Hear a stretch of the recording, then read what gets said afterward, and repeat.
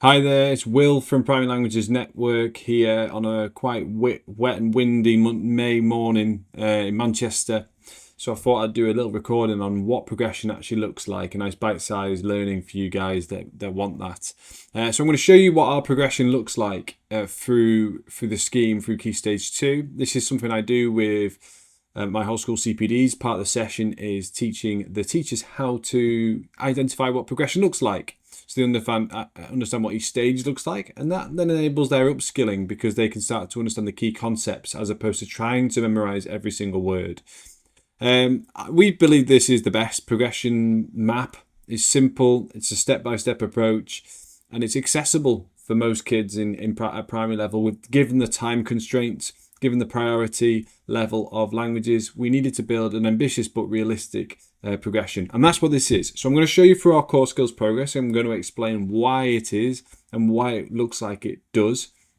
And there's some lovely, great videos of kids speaking as well, so you can get a feel for it. And I implore you to potentially use ideas and implement this into your scheme too. So we're going to go to our core skills progress document. We're going to do Spanish. Apologies for any French speakers out there, but we're going to do Spanish today.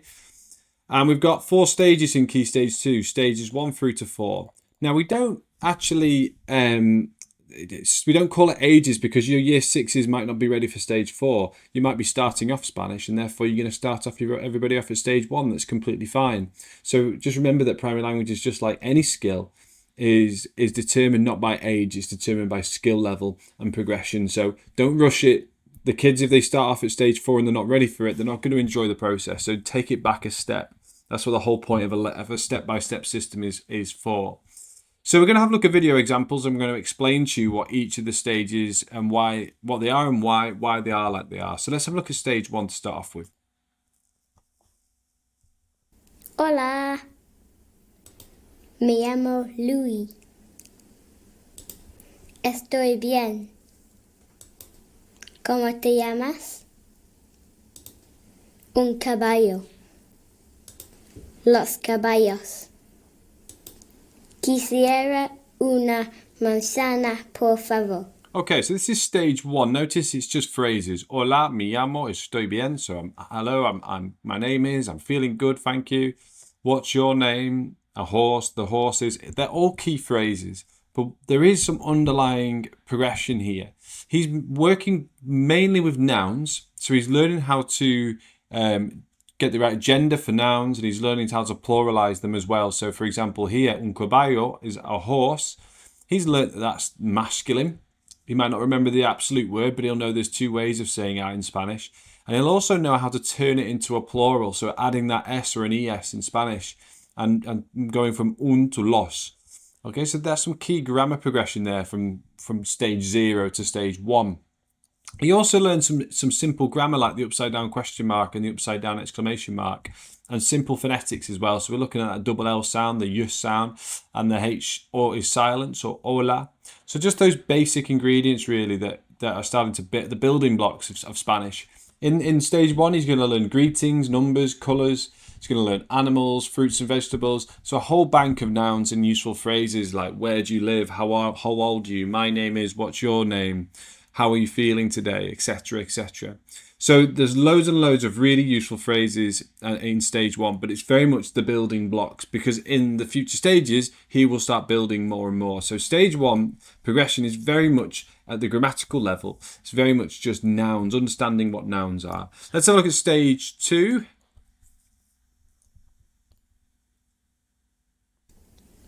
Tengo un hermano. Me duele la cabeza. ¿Dónde está la panadería? La serpiente es larga y verde. Excellent. Right, so Louis here is demonstrating an ability of using adjectives. That's the key progression in stage 2. So if you look at this last sentence, the snake, la serpiente, es, and then he's used 2 adjectives, larga, which is long, y verde, which is green. So he's used 2 adjectives there, and that's the key progression point. He's learned the word snake, la serpiente, in stage 1. So now he's building upon what he's previously learned in a nice grammatical pattern. Notice that he's used the colour green, which he will have learnt as a noun in stage 1 and then as an adjective in stage 2. So he's starting to learn how to change the verb to agree, the adjective to agree to the noun. So it's really, really interesting how we can build not only in terms of block by block, so learn the word for snake, then learn an adjective, but we're actually learning how to use a word differently. We've changed it from a noun in stage 1 and using it as an adjective in stage 2. So the progression is simple for them to understand. Adjectives are tricky sometimes for kids to understand, and colours are a really good building block because they understand them before they move in. Also notice that we're learning phrases, a little bit longer phrases like tengo una mano, and we're learning how to say una a manas. We're learning how to change that around. Phrases like I've hurt my head, me duele la cabeza, and also longer phrases like where is the bakery, donde está la panadería. So it's a really useful stage 2 is what I think is a really fun stage because of that adjectival progression, and children can actually start to progress really quite dramatically what they can do with their sentence structures, even with just a couple of grammatical progressions. So stage 1 is nouns, stage 2 is very much adjectives. Let's have a look at stage 3 together. Estoy mal porque tengo hambre. ¿Y tú? Se llama Louis. Tiene 9 años. Me gusta ciencia porque es interesante. No me gusta geografía. Llevo una camiseta grande y verde. Muy bien. So it's a change of person, but it's also definitely a change of progression here, isn't it? We can see already longer sentences, all in the present tense still, and we do stay in present tense for the whole of primary school. If you are very much a skilled languages teacher, you could probably dip into a bit of near future, near past in stage 4, but we would be advising staying in the present tense throughout the entirety of primary languages. Keep it simple for yourself. Allow that progression to occur in secondary school and build good foundations and allow repetition. That's what we'd be advising. So let's have a look and see what he's doing here. So estoy mal is a phrase he learns in stage 1, lesson 2. So this is not a new phrase, I'm feeling bad.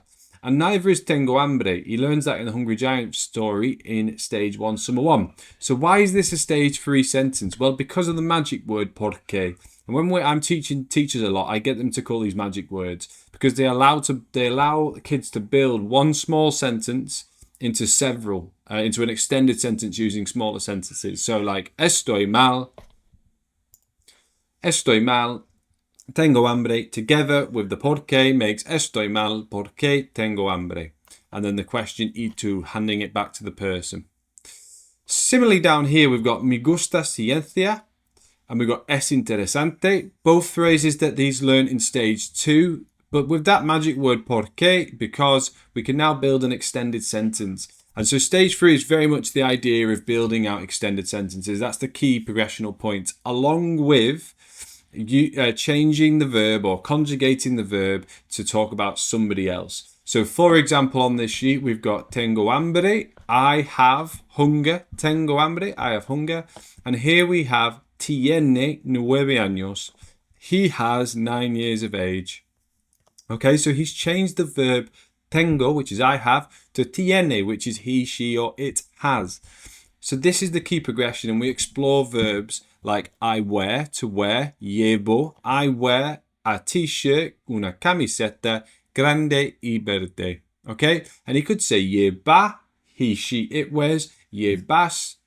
And we try in stage 3 to stick to those 3 conjugations. He, she, it, you, and me, or I. In stage 4, we then allow them to look at we and they. We just find it can be a bit of information overload if you just throw everything at them in terms of that sort of grammatical progression at once. Allow them to get really good, especially at the tengo and tiene and tienes. Tengo, tiene, tienes, which is you have. Those 3, you can get a lot of the Spanish vocabulary is dependent on those 3 phrases. And it's the 2 real building blocks of extended sentences. So he's in stage 3, he's really creating his own opinions, and he's been able to describe stuff to much more depth. So he doesn't just have to say rugby. He can say, I like rugby because it's fun. He doesn't just say, I don't like maths. He can say, I don't like maths because it's boring. Okay? So there's serious progression in stage 3, but very tricky if you haven't done stage 1 and stage 2 properly. So this is why I keep indicating the building blocks. Right, let's have a look at stage 4 then. The last stage. Me llamo Charlie. Tengo 10 años. Vivo en Manchester. Estoy bien porque estoy feliz. Tengo un hermano. Se llama Louis. Tiene 9 años. Me gusta la gimnasia porque es divertida. Me encanta el fútbol porque es rápido y un reto. Me gusta español. Cool. So this is very much stage 4 because he's saying it all in one go. So the progression isn't that massive between stage 3 and stage 4 grammatically, but we focus on volume being the key progressional point. So he's saying this all in one go as opposed to separate extended sentences like the previous video. That in itself is incredible. Not from memory. He's written down his answers. He's saying it behind the camera, but this is all his ideas and all his words and all his pronunciation. Okay, so from memory is an extra skill in and of itself. And it's at primary level, it's not the be all and end all. So also, we're just looking at those key things there in terms of porque being because, extended word, he could use but, or he could use and. That's how I could challenge him. Notice that he's using adjectives. He's changing the verb. He's going from tengo to tiene. He could, in stage 4, he learns about how to say the verb to play. I play, he plays. We could include a bit of that in. But notice as well, a lovely sentence here. I love football porque it's fast and a challenge. So adding 2 really good adjectives in there to create a nice long extended sentence. So it's all in present tense. But if we go back to stage 1 to remind ourselves of where they've come from, I mean, the progression is stark. If we look here, I mean, we're just working with single phrases here. And now it's said independently. And we've gone a long way to get to stage 4. And this is stuff in my whole school CPDs that I go through with staff. And we use this not only for progression and teaching progression, but it's a great upskilling tool. Throughout showing these 4 videos to the teachers, they gain a lot of confidence because it's repeated patterns. They start to pick up on it. They start to get a bit more confident, and they actually surprise themselves by stage 4 how much of it they can translate and actually willing to maybe say a little bit as well. So it's a real progression in this whole school CPDs that I offer as well to schools that use our resources. So that is our progressional tool there. We think that you personally should have one too for your school. We always say, if you can't explain your progression in under 30 seconds throughout the whole of Key Stage 2, then it's too complicated. For us, it's stage 1's nouns and useful phrases. Stage 2, we add adjectives. Stage 3, we extend the sentence and we change the verb. And stage 4, we increase by volume and we add challenge by volume. And that's our progressional chain. And the rest of it is where the fun lies in terms of the delivery and the fun topics, etc., that you can create different angles and try different stuff out. Right, I hope you've enjoyed that video and I hope you found it of use.